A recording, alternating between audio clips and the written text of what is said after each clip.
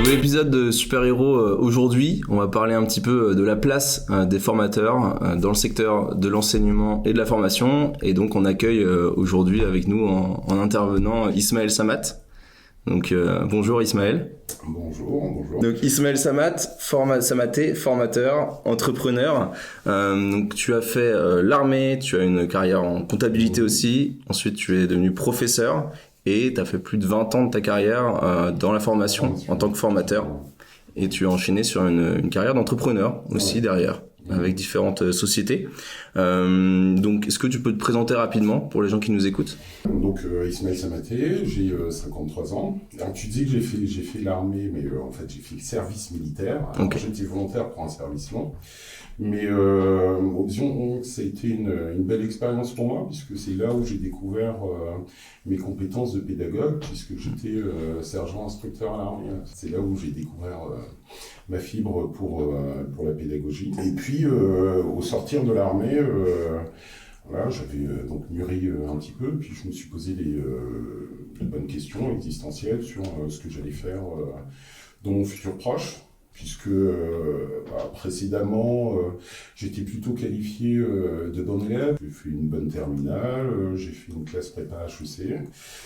Et puis après, j'ai découvert la fac, où j'avoue que j'étais beaucoup plus expert en fiesta à la fac, en cours à la fac. Et du coup, évidemment, ça n'a pas fonctionné, puisque quand même, il y a un ingrédient principal pour réussir ses études, c'est s'y consacrer et puis travailler un temps soit peu. Investir.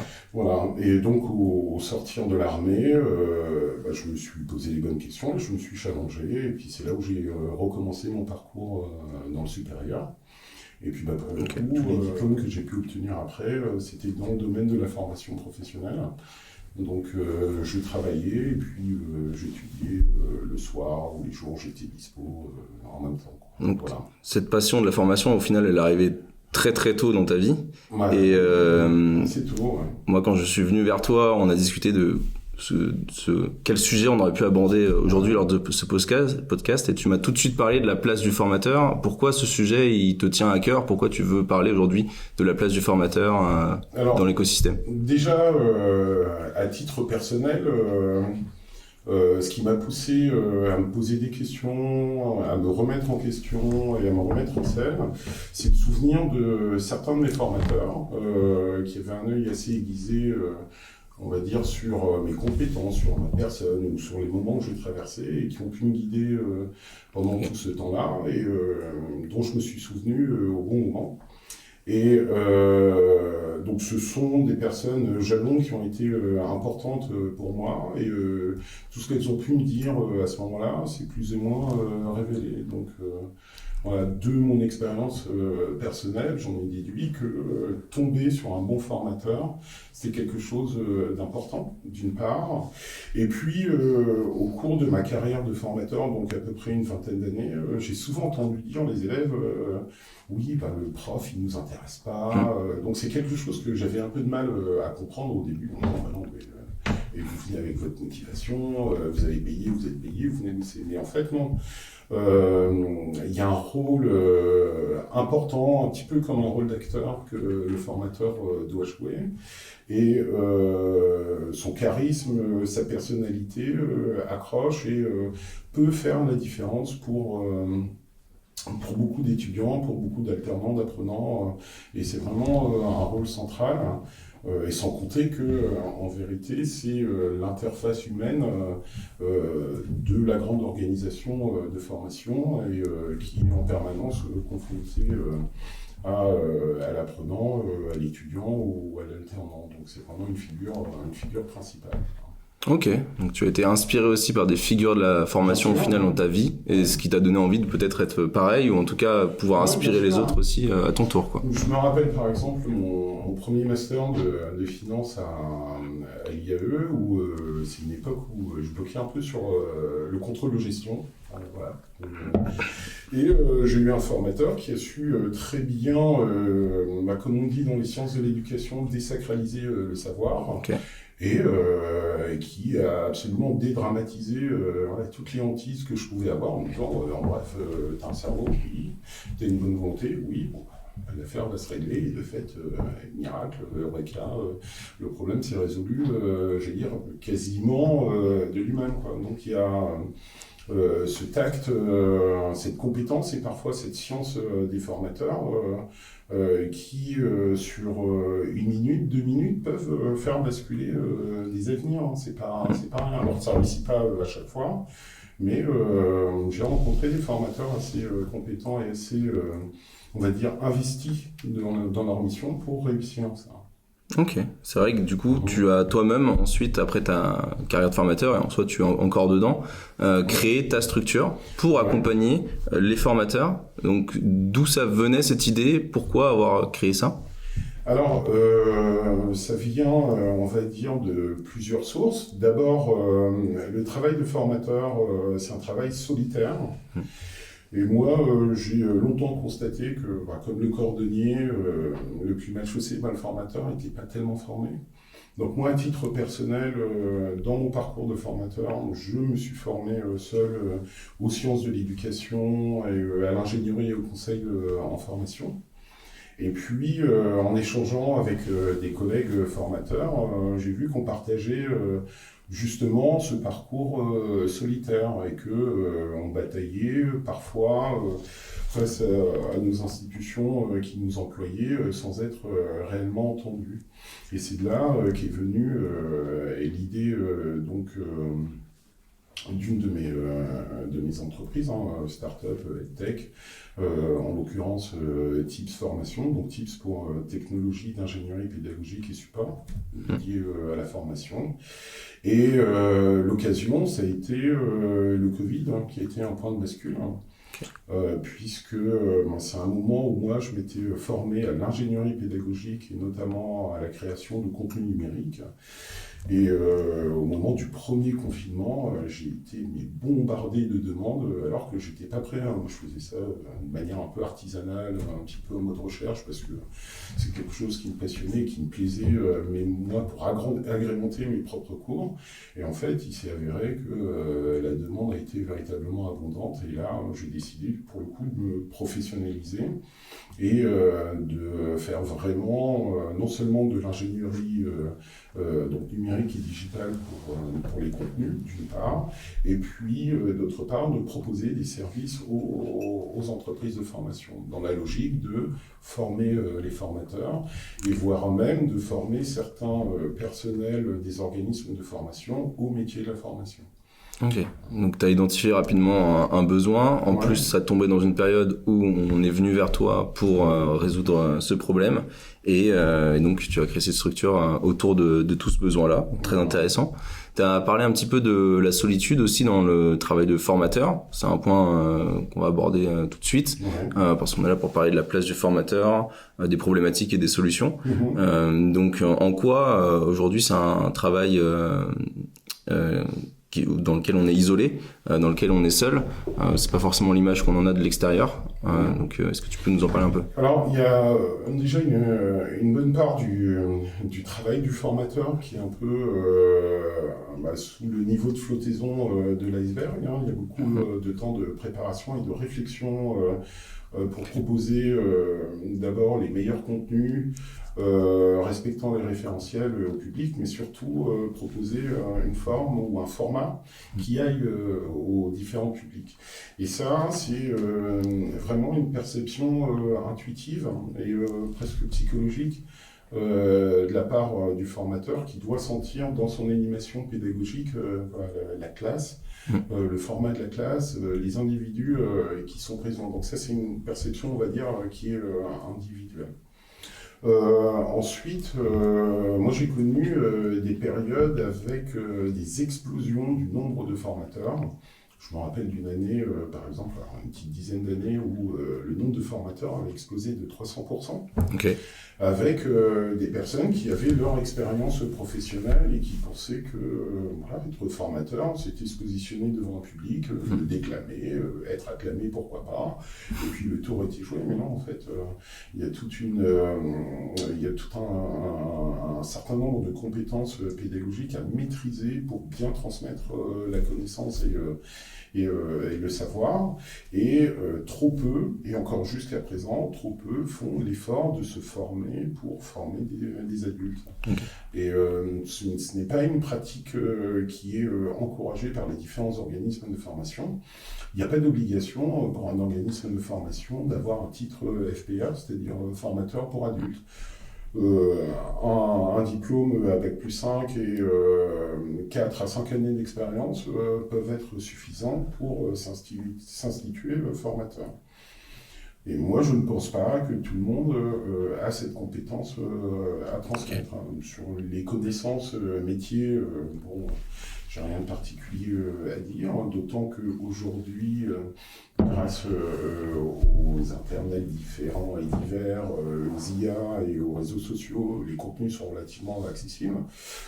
Pour moi, l'enjeu ne se situe pas là, c'est plutôt sur la capacité à transmettre et ça visait que le public a bien entendu, bien reçu et c'est bien approprié les contenus. Et ça, pour moi, ça appelle à d'autres compétences qui peuvent s'apprendre et sur lesquelles on peut échanger, notamment avec des collègues. Encore une fois, c'est pas nécessairement une demande des institutions. Tu fais bien le lien du coup avec la suite de mes questions. C'est aujourd'hui, donc s'il y a peut-être ce manque de compétences, même de visibilité sur déjà comment on devient un formateur, parce que c'est vrai que tout le monde se dit bon bah j'ai de l'expérience donc je deviens formateur, alors qu'en fait c'est un process où il faut apprendre pas mal de compétences pédagogiques, mine de rien, d'animation. On se retrouve seul face à une vingtaine de personnes. En plus avec une solitude parce qu'en fait les élèves ou les apprenants peuvent nous vous voyez et non on les tutoie, donc ça fait une certaine distance aussi. Donc comment on devient formateur et également donc la formation entre pairs, tu m'en avais parlé aussi, c'est quelque chose qui est très important, qui vous permet de monter en compétences. C'est quoi ton avis là-dessus? Comment ça fonctionne tout ça? Alors, j'ai un avis de bon normand, je peux préciser que j'étais normand. Je pense qu'il y a deux voies. Il y a une voie qui est institutionnelle et simple, c'est-à-dire le fait d'être diplômé, d'avoir une expérience dans un domaine professionnel peut permettre de postuler à un poste de formateur. On va dire que ça, c'est une voie institutionnelle pour laquelle il n'y a pas d'obstacle particulier. Parmi ces personnes, d'aucuns parmi, on va dire, les plus responsables et peut-être les plus motivés, vont se former aux sciences de l'éducation et préparer un titre de formateur pour adultes. Donc ça, c'est, on va dire, la porte d'entrée. Maintenant, c'est pas parce que on a un titre de formateur pour adultes qu'on est formateur. C'est autre chose, c'est aussi une expérience, pour le coup, humaine. Et là, ça me ramène aux recherches que j'avais pu faire pour mon master de recherche en sciences de l'éducation, où je me posais une question. Alors là, c'est vraiment anecdotique, hein. C'est une époque où je travaillais pour un centre de formation en optique. D'accord. Okay. Et les jeunes étudiants préparaient un BTS. Et avec le BTS d'optique, on a la possibilité d'ouvrir un magasin d'optique et de vendre des lunettes. Et franchement, quand je considérais mes jeunes 17 ans et demi, 18 ans sortant de Bac S, j'avais du mal à les imaginer 2 ans plus tard en train de gérer un magasin d'optique. Et donc je me suis posé la question de ce qui autorisait dans le référentiel à penser à cette transformation-là. Et donc, j'ai aussi réfléchi aux rituels en formation, parce qu'on a beaucoup de rituels en formation qui font que petit à petit, donc ce qu'on appelle la professionnalité ou l'identité professionnelle se forge, et que effectivement, au bout d'un certain temps, on ne sait pas pourquoi, on est autonome. D'accord, et capable d'être, on est devenu, en l'occurrence, opticien. Eh bien, pour la formation, la pratique, l'interrogation, la réflexion sur sa propre pratique permet petit à petit de se professionnaliser et un jour d'éclore et de naître vraiment en tant que formateur. Mais le diplôme, le titre, ça n'est que la porte d'entrée. Et ce sont les expériences vécues. Alors, c'est pas forcément un temps long, et je pense qu'il est inhérent également à chaque personne. Alors, des gens qui sont doués pour la communication, pour comprendre les personnes et leurs besoins, et d'autres qui ont peut-être un temps d'apprentissage un peu plus long. Là, je ne fais pas nécessairement le tri, on a tous notre identité, mais c'est sûr qu'une fois ce titre en poche, il faut y ajouter de l'expérience et se confronter à plusieurs publics, quoi. Et toujours s'inquiéter de savoir si le message qu'on transmet a été bien reçu. Donc, un bon exercice de communication. Et peut-être se confronter à d'autres formateurs aussi pour monter en compétences.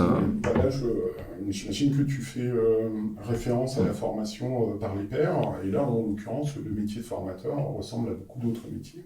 Ouais. Et quand on prend le temps de réfléchir un petit peu, quel que soit le métier, finalement, on passe beaucoup plus de temps avec ses collègues qu'avec son N+1 ou son N+2. Ils sont là pour donner les consignes et les directives, mais ceux qui font le job, ceux qui font le métier, et ceux qui transmettent les bonnes pratiques du métier, bah justement, sont les collègues, ce sont les pairs.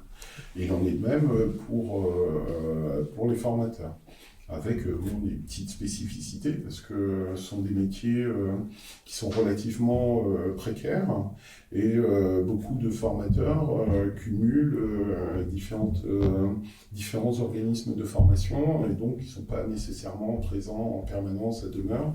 Donc c'est pas évident d'entretenir de véritables relations collégiales. Donc pour ça, il faut être plutôt agile, très flexible et assez ouvert à la communication, pas trop timide et pas hésiter à aller au-devant de ses collègues et échanger sur les pratiques qui sont souvent communes et sur les ressentis qui sont également souvent partagés. C'est vrai qu'il peut être difficile de discuter avec ses pairs quand on change d'organisme de formation tous les 4 matins, d'école, même d'entreprise, du coup, pour la formation professionnelle. Et on en parlait même en venant ici, donc il y a de la précarité quand même, des personnes qui changent de contrat très souvent. Et ça me fait penser à une anecdote dont tu m'as parlé, où dans une école, il me semble, tu avais eu du coup 3 formateurs qui s'étaient succédés l'un après l'autre pour la même classe. Ouais. Alors ça, c'était dans le cadre de mon activité entrepreneuriale, où effectivement, une part de mon travail, c'était du sourcing de compétences à la demande des organismes de formation. Et j'ai le souvenir très précis d'un groupe de master deuxième année RH. Donc c'est un peu paradoxal, parce que normalement, en termes de ressources humaines, on a peut-être une sensibilité un petit peu différente, mais en l'occurrence, c'est des jeunes en formation qui avaient, je dirais ça, beaucoup plus d'exigences pour les contenus et leurs attentes au niveau du formateur que pour leur propre comportement. Du coup, effectivement, j'ai été sollicité à 3 reprises pour le même groupe et puis pour le même rôle de formateur. Et là, il a fallu que j'aille chercher une de mes pépites dans mon portefeuille qui avait justement assez d'expérience pour pouvoir encadrer ce groupe et puis permettre ensuite d'avancer. Mais moi, ce que j'ai pu constater, ce que j'ai regretté, c'est que aujourd'hui, dans la formation professionnelle, on a affaire à une forme de clientélisme quand même de la part des organismes de formation. Et évidemment, la parole de l'apprenant doit compter, mais je ne crois pas qu'elle puisse compter plus que les autres intervenants. Et là, moi, ce que j'ai constaté, c'est que c'est régulièrement le cas. Et très souvent, le formateur, si je peux emprunter une phrase, une petite citation de Frédéric Lordon, un économiste que j'apprécie, eh bien, le formateur, c'est le maillon faible paradoxal, qui se retrouve un peu, pour parler de manière un peu prosaïque, dans la situation du jambon dans le sandwich au jambon. Et donc pris entre le groupe d'apprenants auquel il fait face, et face à des remontées ou des demandes qualitatives de la part de l'organisme de formation et qui parfois ne vont pas nécessairement de concert. Donc, et un peu trop souvent, il est laissé seul un petit peu en rase campagne comme ça. C'est un peu dommage. pour ça, pour peut-être cette dévalorisation de la place du formateur, qu'est-ce qu'on peut mettre en place aujourd'hui? On va y réfléchir ensemble, mais est-ce que c'est des actions de l'équipe pédagogique? Est-ce que c'est des organismes de formation et une transformation à faire pour ce clientélisme justement qui apparaît de plus en plus? Qu'est-ce que tu en penses, toi, au niveau des moyens qu'on peut mettre en place là-dessus? Je pense que déjà, il y a une question sur la place du formateur dans cette organisation, dans la mesure où le contrat qui le lie à l'organisation est plutôt précaire. Là, je parle volontiers de CDDU, je parle de statut auto-entrepreneur, je parle aussi de contrat salarial via le portage. Donc déjà, il y a peut-être, il a plus la sensation de ce formateur d'être un intérimaire plutôt que partie prenante d'une institution et d'une équipe pédagogique. Ça, c'est le premier élément.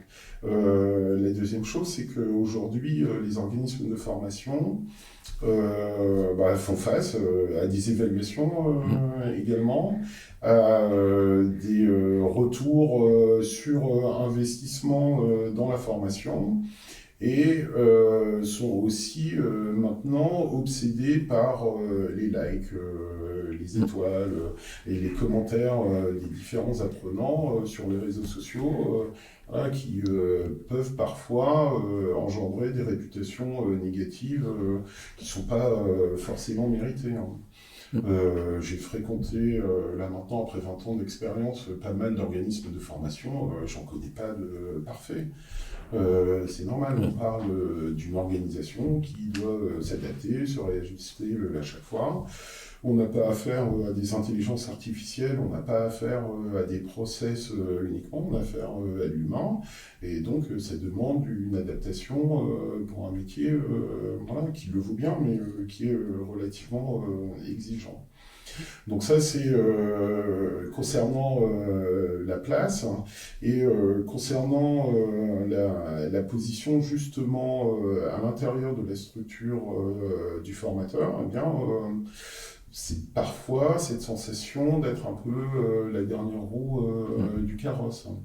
Et c'est pas très facile pour ce formateur en question de se trouver une place, puisque comme je l'ai dit, en général, il vient pour 3h30, pour 7 heures de cours, et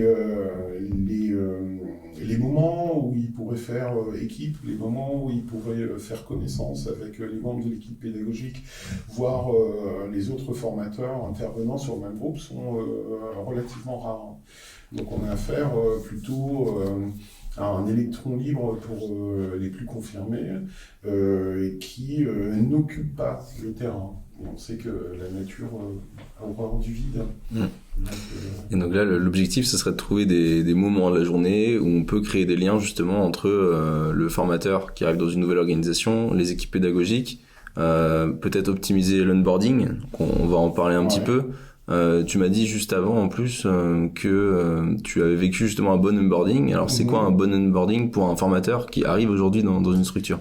Alors contrairement à beaucoup de préjugés, et notamment les miens, le bon onboarding que j'ai connu, c'était dans l'éducation nationale, parce qu'en ce moment j'effectue un contrat de remplacement dans l'éducation nationale, où j'ai été accueilli de manière procédurale, de manière contractuelle, mais également de manière humaine, avec des aspirations aussi basiques que de me faire découvrir les bâtiments dans lesquels j'allais travailler maintenant. C'est aussi m'expliquer comment la cantine fonctionne, où est-ce qu'on se gare, comment fonctionne cette photocopie à la différence de l'autre.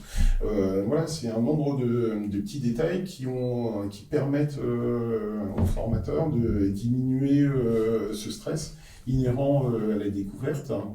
Et c'est aussi une main tendue, un accueil véritablement humain et chaleureux, tout simplement. D'expérience dans les différents organismes de formation que j'ai pu fréquenter et qui étaient aussi pour certains mes clients, c'est un élément sur lequel j'appuyais particulièrement. Mais en dehors des éléments numériques, livrets d'accueil ou encore Ponce-Bête, trousse à outils et peut-être nommer un collègue référent qui est plus ou moins disponible, eh bien en fait les organismes de formation n'ont pas de temps à consacrer par rapport à ça, parce que pour ces équipes pédagogiques, le temps est aussi une variable assez rare et assez chère. Et en règle générale, je constate qu'on a des effectifs de professionnels plutôt réduits par rapport à un nombre de missions de plus en plus en inflation, et parfois par rapport à un nombre de sections ou d'apprenants à gérer relativement important. Donc ce sont des éléments dont les organismes de formation sont parfaitement au courant. C'est pas nécessairement de la mauvaise volonté pour eux de ne pas s'en occuper, c'est une question de temps, et puis peut-être aussi une question de rentabilité immédiate. Et ça ne devient donc pas forcément la priorité de fabriquer cet environnement chaleureux et accueillant pour les différents formateurs qu'on attend expérimentés, aventuriers et un peu rugueux pour résister à ce choc-là, quoi.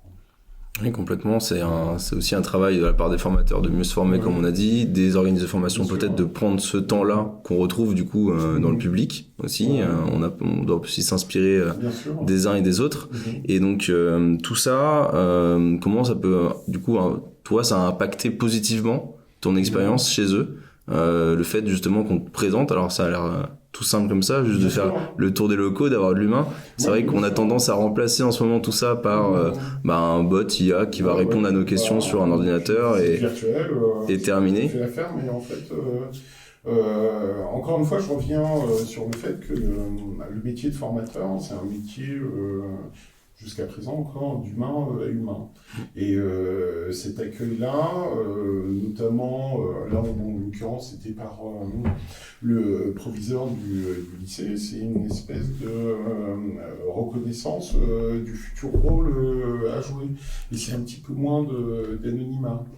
Dans les grands organismes de formation ou les business schools avec lesquels je travaillais, le nombre d'intervenants est plutôt important, et je peux comprendre qu'on puisse avoir des difficultés à accorder du temps pour faciliter le onboarding ou la bienvenue à tout le monde.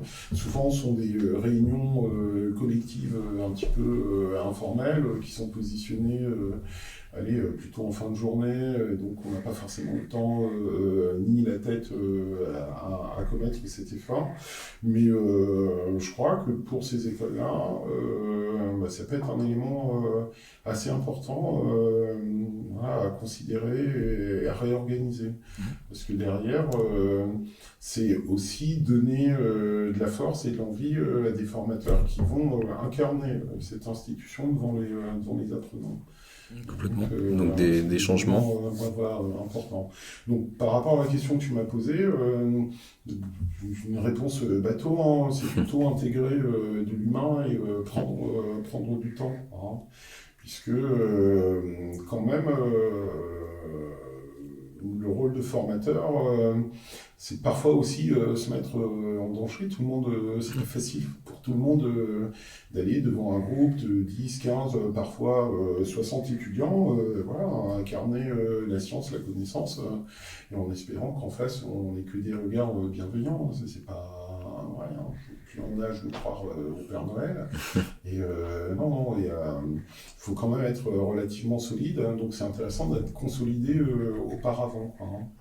Complètement. Et toi, tu as des astuces du coup pour les formateurs aujourd'hui. Moi, tu m'avais parlé avoir de la confiance aussi, ça vient parfois d'outils. Et tu m'avais parlé de ta trousse à outils du formateur. Oui, alors, parce que ça, par contre, je pense que tous les formateurs l'ont constaté. Moi, je n'ai jamais réussi à exécuter une session de formation exactement comme je l'avais imaginé. C'est pour ça que le formateur doit être ingénieux, agile, et puis être prêt à tous les événements. Donc, même si je sais que la salle est équipée d'un ordinateur, j'emmène moi mon ordinateur personnel. Même si je sais que le Wi-Fi dans l'école est plutôt stable, j'ai toujours mon smartphone avec moi pour faire un partage de données au cas où, parce que évidemment, voilà. Je dirais même qu'à une époque, j'avais mon propre vidéoproche, mais là, pour le coup, ça rentrait pas dans le cartable laissé à l'arrière de la voiture, mais voilà, combien de fois je suis arrivé, Internet coupé, et puis finalement, c'est pas la bonne salle, donc il n'y a pas de vidéoproche dans cette salle-là, et donc il faut pouvoir s'adapter en permanence. Donc évidemment des feutres, parce que ça peut toujours servir. Hyper important, les câbles, parce que c'est une denrée rare. Alors de la même façon que quand on fait la lessive, on ne retrouve jamais la paire de chaussettes qu'on y a mise, mais on retrouve une chaussette. Et ben là, dans les salles de formation, les câbles HDMI disparaissent. Donc je recommande d'avoir son câble HDMI, voire même un VGA, et comme on n'est jamais assez prudent, un adaptateur, parce que voilà. L'idée, c'est de pouvoir être parfaitement autonome par rapport à l'outillage et par rapport au matériel. Alors, il y a une époque où je me traînais aussi ma cohorte de papier imprimé, parce que, évidemment, on fait des impressions une fois. Le cours suivant, on demande aux étudiants de le ramener, on a toujours quelqu'un qui a oublié, donc voilà. Mais là, aujourd'hui, à l'ère du numérique, voilà, j'ai tout stocké sur les espaces partagés, et cette excuse-là n'a plus cours. Et pour terminer, ça c'était vraiment à l'époque où j'étais hyper motivé et vraiment très courageux pour le travail.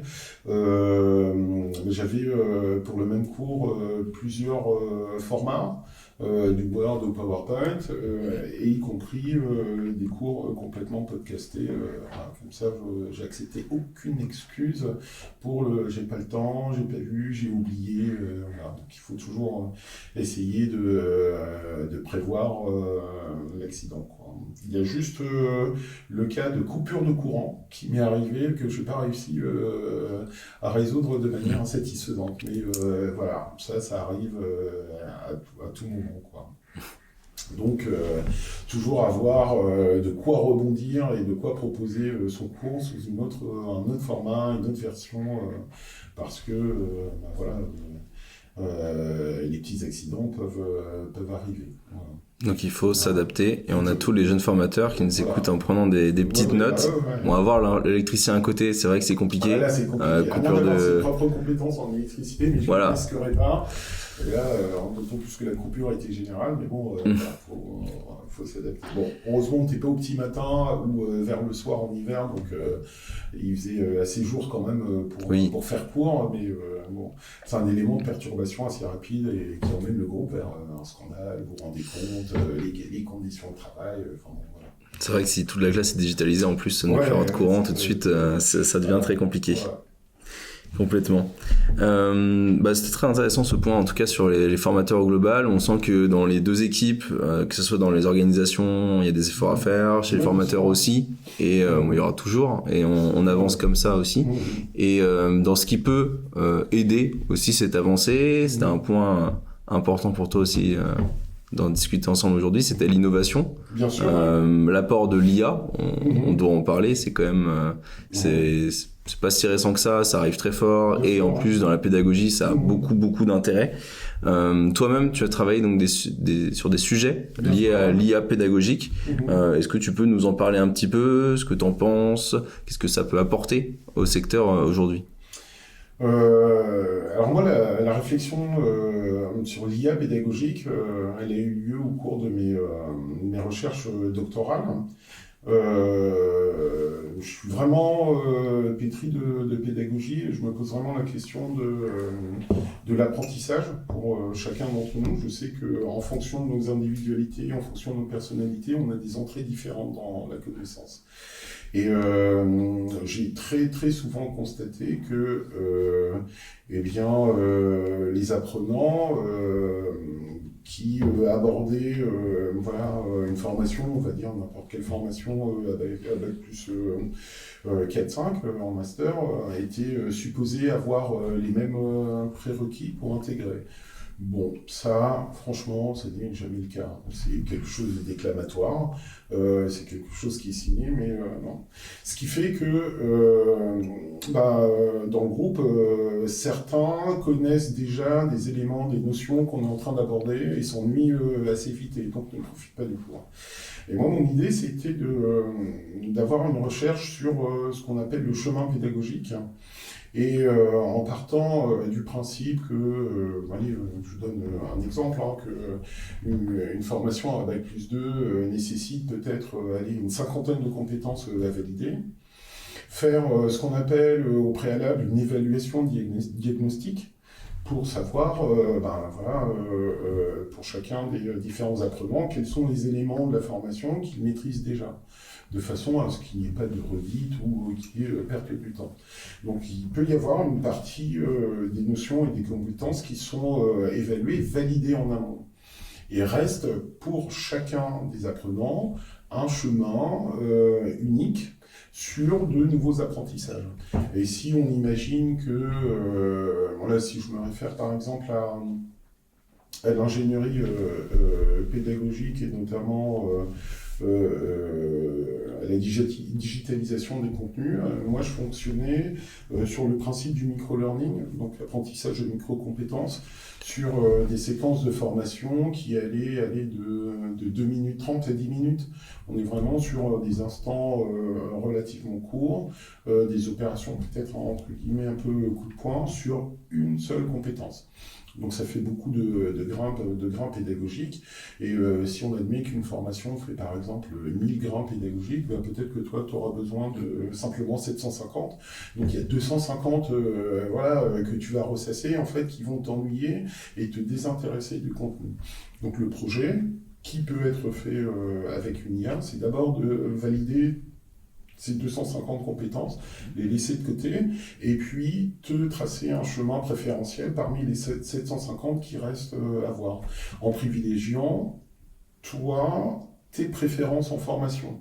Peut-être que tu es plus confortable en fonction des sujets avec un podcast, avec du son, avec de la vidéo. Peut-être que tu es à l'ancienne, il te faut un PDF imprimé, Ou peut-être que tu es comme moi, tu as besoin de prendre des notes que je ne relis jamais. Mais mon apprentissage mémoriel, c'est le mouvement de la main. Donc l'idée, c'est de prévoir un panel de supports qui vont permettre aux uns et aux autres d'être confortables dans l'apprentissage de la connaissance et d'avoir un chat dédié à sa propre voie d'apprentissage avec lequel on va pouvoir échanger de manière un petit peu neutre. Alors, c'est important parce que je parlais tout à l'heure de la relation humaine que représente l'enseignement et la formation. Il peut y avoir des effets négatifs dans le relationnel formateur-formé. Et le biais de l'IA, en complément du reste, évidemment pas forcément uniquement l'IA et que l'IA, c'est cette espèce d'objectivation de la relation de formation. Et avoir une IA qui, petit à petit, est formée à nos défauts, et qui est formé à ce qu'on oublie systématiquement en formation et qui peut le rappeler de façon à accompagner ce cheminement pédagogique. Oui, c'est ça, l'utiliser comme un outil, ne pas faire 100% ça, avoir un parcours personnalisé, donc peut-être une évaluation au début, récolter la data, et ensuite pouvoir évaluer chaque personne différemment, en tout cas leur envoyer des parcours de formation personnalisés. C'est vrai que en plus c'est d'autant plus intéressant dans les écoles supérieures où les élèves ils arrivent avec leur bagage. Parfois ils font un début de formation quelque part, en fait ça leur plaît pas, et ils reviennent sur une autre, et en fait ça on l'évalue. au lieu de juste faire un cours pareil pour tout le monde. Effectivement, ouais. C'est vrai qu'on voit émerger aussi des choses où le professeur il a sa tablette avec son dashboard, avec le suivi de chaque élève, comme ça il sait quel cours il a besoin de faire en fonction de besoin global de sa classe. C'est vrai qu'on entend pas mal de choses. Moi je trouve ça pertinent parce que je continue de prétendre que apprendre est un véritable plaisir. En tout cas, moi, à travers mes différents diplômes et mes différents parcours d'apprentissage, j'ai toujours cherché ce plaisir d'apprendre. Je suis toujours content d'une journée où j'ai appris quelque chose. Alors, c'est peut-être un petit peu naïf, hein, mais bon, je pense qu'il y a une forme de naïveté quand même, ne serait-ce qu'à vouloir être formateur. Mais c'est une réalité qui manque de plus en plus aux différents alternants qui sont, aux différents apprenants qui sont saturés des méthodes d'apprentissage et moi, j'ai pas forcément le cœur de leur vouloir parce que je pense intimement que nos différentes institutions dédiées à l'éducation, à l'apprentissage, eh bien, n'ont pas fait leur évolution. On traîne un petit peu, on s'adapte pas assez rapidement. Et là, aujourd'hui, si on revient sur la notion d'IA, il y a deux écoles. Alors, il y a ceux qui sont complètement réfractaires, en disant mais c'est un scandale et machin et tout ceci et cela. Oui, bien, bon. D'accord. Moi, je suis plutôt l'école, l'intelligence artificielle, c'est un instrument, c'est un outil. Il faut apprendre à le maîtriser. C'est même un excellent outil d'apprentissage, mais c'est un peu comme le passage du boulier à la calculatrice. Voilà, ça reste un outil, et on doit avoir un regard et conserver un œil critique sur le livrable proposé par l'IA. La vraie problématique là pour le moment, c'est que beaucoup trop d'apprenants prennent pour argent comptant ce que l'IA propose. Et là, on sait qu'il y a encore plein d'erreurs, on sait que c'est encore un instrument qui est perfectible. Donc voilà, moi je conseille plutôt à mes étudiants et à mes élèves d'utiliser plusieurs IA, déjà, dans un premier temps, et non pas une seule, de faire tourner leurs différents prompts sur plusieurs IA, et puis de bien sélectionner leurs différentes sources, parce que ça c'est le plus important. Pour le moment, on parle d'intelligence artificielle, alors en vrai, on a affaire plutôt à des algorithmes hyper puissants. Peut-être que là, avec les futurs ordinateurs quantiques là, qui sortent, on va se rapprocher d'une intelligence artificielle. Mais là, pour le moment, ça reste un horizon. Donc là, les IA tels qu'on les appelle et qu'on les connaît sont des algorithmes qui vont chercher des informations dans des bases de données plus ou moins qualifiées, et le problème restera toujours la source. Et une des formes d'intelligence, là pour le coup humaine, c'est d'avoir un sens critique. Et donc il faut garder ce sens critique et être capable de questionner le livrable proposé par l'IA et pas le prendre comme argent comptant. Un petit peu comme quand on fait un calcul avec sa calculatrice, des fois on arrive sur un résultat, ça me paraît un peu bizarre, et on refait le calcul et on s'aperçoit de... Voilà. Il faut conserver cette petite étincelle et on va dire et rester toujours vigilant par rapport à ce qui est proposé. On a eu ça aussi avec Internet, effectivement, ça prend du temps, c'est des nouvelles générations qui arrivent et qui vont fonder leur esprit critique, grâce aussi à des formations, à des formateurs qui vont leur apprendre. C'est vrai que l'avantage de l'IA, comparé peut-être à Internet, c'est qu'on peut lui demander la source, et on peut aller ensuite chercher directement, on peut avoir le nom du journaliste ou de la personne qui a mis. Donc au moins ça va vite, ça nous permet d'avancer là-dessus. C'est vraiment hyper important parce que comme tu le disais au début, alors là, ce qui est vraiment nouveau, c'est l'accessibilité de l'IA pour le particulier lambda. Et ça fait déjà pas mal de temps qu'il y a des IA, et les tout premiers tests d'IA réalisés par Google, Yahoo et d'autres ont donné des horreurs avec des IA qui, au bout de 3 jours, dépassaient allègrement le point Godwin et prétendaient que, franchement, Hitler en ont dit du mal, mais est-ce bien raisonnable? Donc, encore une fois, tout dépend de la façon dont cette IA est alimentée, et plus que l'outil, c'est la source dans laquelle il va puiser les informations qui est importante. Et ça, c'est là, je pense, le rôle du formateur de dire ok, voilà, vous avez trouvé quelque chose de pratique, mais quelle est la qualité.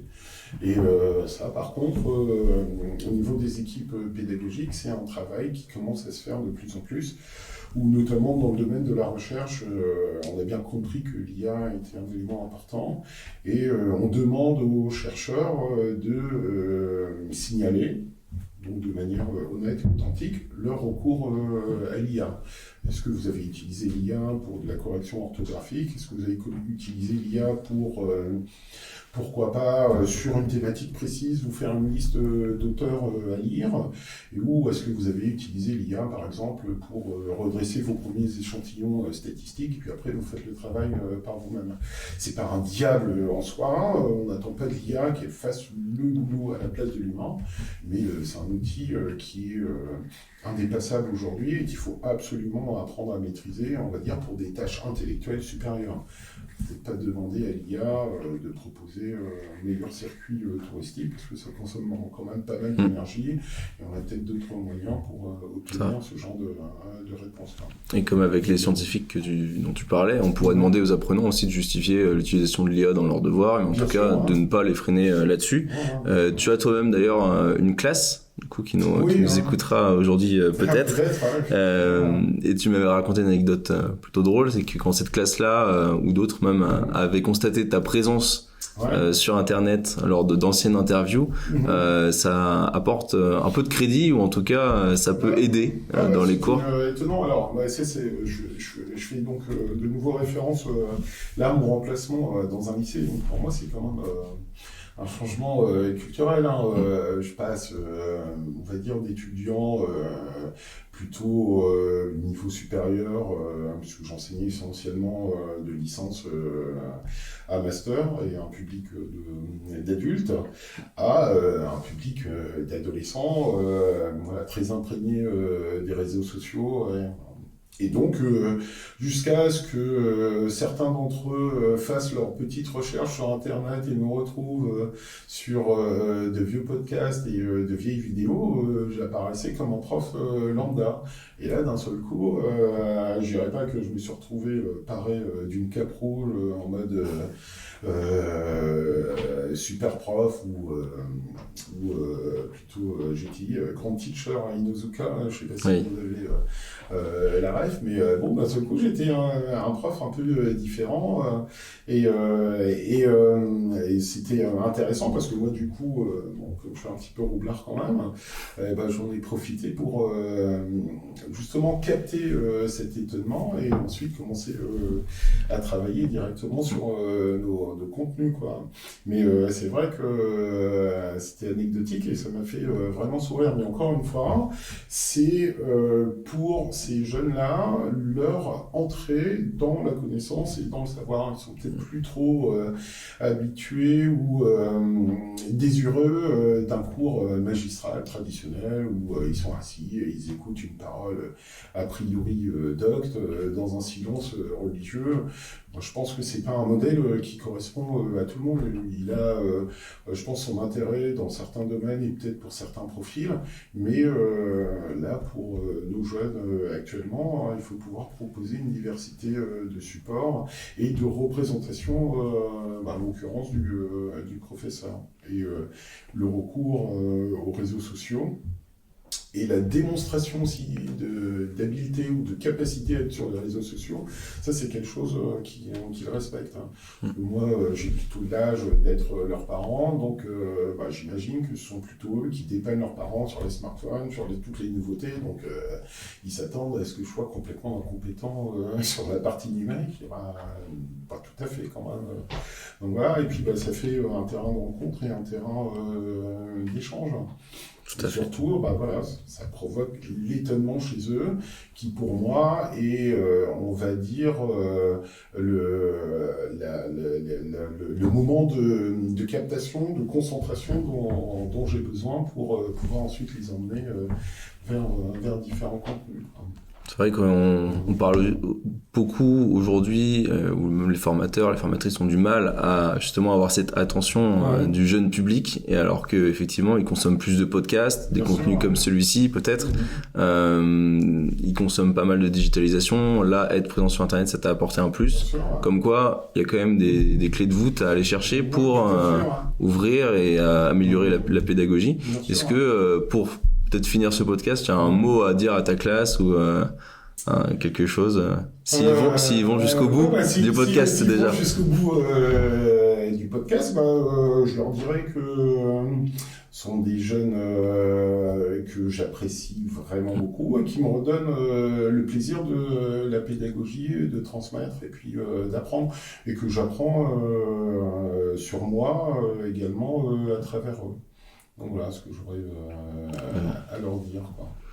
En tout cas, merci. On aura vu aujourd'hui pas mal de choses dans la place du formateur. On aura parlé un peu d'IA, de comment on peut justement améliorer l'onboarding du formateur, en quoi ça consiste ce métier, comment on y accède aussi. Donc pas mal de choses. Je pense que le public, que ce soit organisme de formation, école ou jeunes formateurs ou même plus anciens formateurs qui veulent quelques tips, vont être intéressés.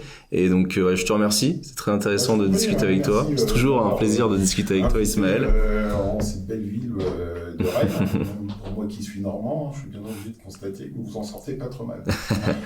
Merci et à une prochaine du coup pour un autre épisode de Super Héros. Merci.